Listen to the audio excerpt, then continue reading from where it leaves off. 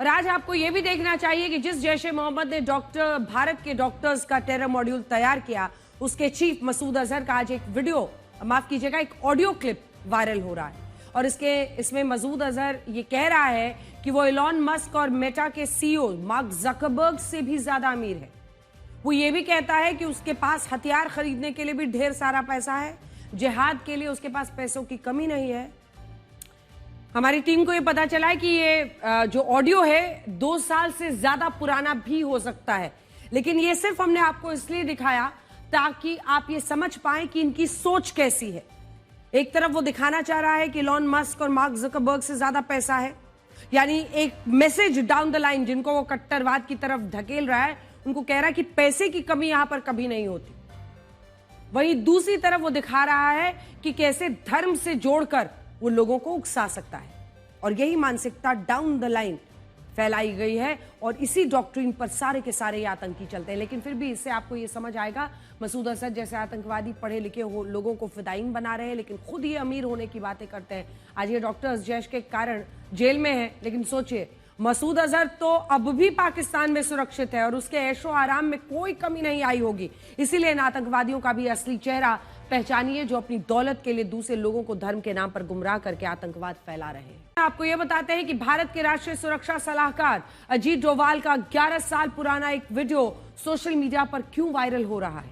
यह वीडियो मार्च 2014 का है, जब इस देश में यूपीए सरकार का शासन था, और इस वीडियो में उस वक्त ऑस्ट्रेलिया के एक कार्यक्रम में एनएसए अजीत डोभाल ने कहा था कि पाकिस्तान की खुफिया एजेंसी आईएसआई ने भारत की जासूसी के लिए मुसलमानों से ज्यादा हिंदुओं को भर्ती किया है, और उन्होंने इस वीडियो में भारत के मुसलमानों की काफी तारीफ भी की थी।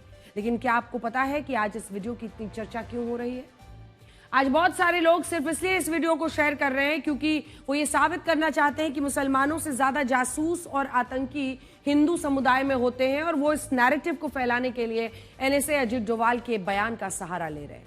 ये बात हमने आपसे कल भी कही थी कि जिस देश में, इसी देश में जो लोग सबसे ज्यादा ये कहते हैं कि आतंकवाद का धर्म नहीं होता, वही लोग धर्म के नाम पर नैरेटिव फैलाने का काम करते हैं कि हिंदू धर्म के लोग भी यही कर रहे हैं।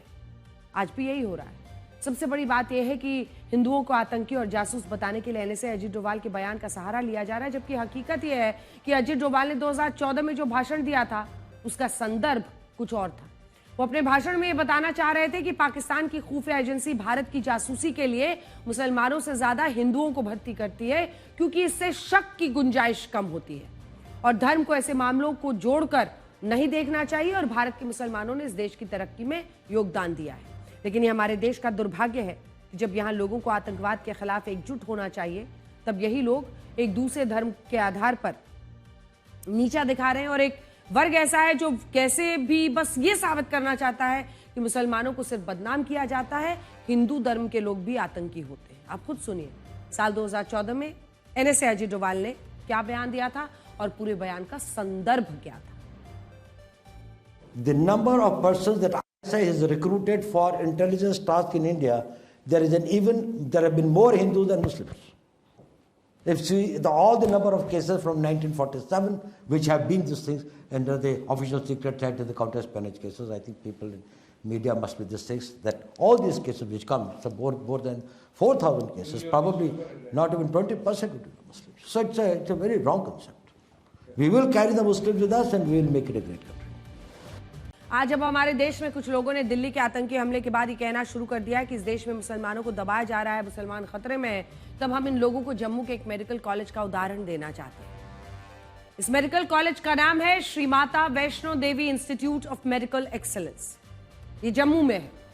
जम्मू में श्री वैष्णो देवी का जो मंदिर है, उस मंदिर के श्राइन बोर्ड के ही अंतर्गत इस मेडिकल कॉलेज का संचालन होता है। लेकिन क्या आपको पता है, इस मेडिकल कॉलेज में एमबीबीएस की 50 सीटें हैं, जिनमें 42 सीटें 42 सीट्स मुस्लिम छात्र चुने गए हैं, 7 सीटों पर हिंदू छात्र हैं, और सिर्फ 1 सीट पर सिख समुदाय के छात्र का दाखिला हुआ। सोचिए, अगर इस देश में मुसलमानों को योग्यता के आधार पर बराबरी के मौके नहीं मिलते, मुसलमान खतरे में होते, तो क्या श्री वैष्णो देवी श्राइन बोर्ड के इस मेडिकल कॉलेज में योग्यता के आधार पर 50 में से 42 सीटें सिर्फ मुस्लिम समुदाय के छात्रों को मिल पाती? ये जम्मू का है। बड़ी बात यह है कि जो लोग वक्फ बोर्ड में गैर मुस्लिम सदस्यों की भागीदारी को धर्मनिरपेक्षता के खिलाफ बताते हैं, श्री वैष्णो देवी मंदिर के मेडिकल कॉलेज में अगर 50 में से 42 सीटें मुस्लिम समुदाय के छात्रों को मिल गई तो इसमें आईना उनके सामने है। कुछ हिंदू संगठनों ने इसका विरोध जरूर किया है।